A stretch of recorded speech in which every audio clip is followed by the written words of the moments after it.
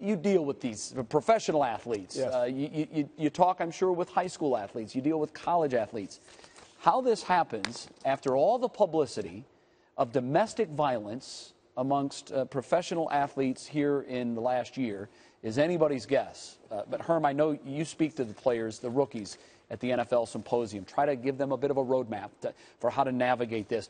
What's your reaction when you see this video? Well, it's disappointing in a lot of ways. This young man obviously not only represents the university, but also represents his parents. And what he displayed is something that we cannot tolerate, and we should not tolerate it. I think the university did the right thing by dismissing this young man. Will he get a second opportunity? He probably will. But when you think about a head coach and what's his responsibility, it's very, very clear. He has to be a man of integrity, of credibility, and he has to be consistent. And the discipline of the football team is the responsibility of the head coach, and it reflects the head coach. And how you discipline players is very important. And you think about Florida State, what they've gone through with Jameis Winston. This becomes all of a sudden a part of your program. And you don't ever want that to become a part of your program when you say players doing things off the field that are embarrassing, that shouldn't be done. This event, when this happened, when I saw the tape, I didn't need to see the tape, first of all. When it was brought upon me that, this young man had struck a woman, I was going, well, you got to fire the guy. You got to kick him off. You got to get him out of your program because it has to be done. And now, obviously, the evidence, now they've drawn that conclusion. You give advice to the younger guys at the Under Armour game, and I mentioned the rookie symposium deal. Life is different for professional athletes and even collegiate athletes at big programs when they go out in public. It just is.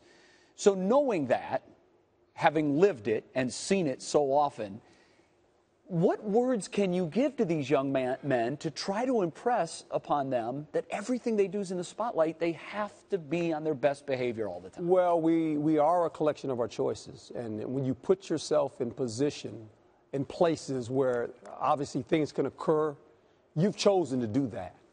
And history will tell you, if you continue to put yourself in that environment, some things can happen. Now, you're going to be held accountable for the consequences. And I think the first thing you have to realize is that when you're in that kind of atmosphere, a scene like that, there's going to be words said, people saying things. Why? I always say when alcohol is involved, a lot of courage comes out, and people say things that they wouldn't say. He's 19, by the way. Yes, and with that being said, 19, 17, it doesn't matter. 21, underage, 35 years old, doesn't matter. You shouldn't be there. Yeah. You shouldn't put yourself in that environment, especially if you can't handle it. And most young people cannot handle it. They think they can, and they think socially, I need to be there. You don't have to be you don't have to be at all the spots. Understand, this is who you are.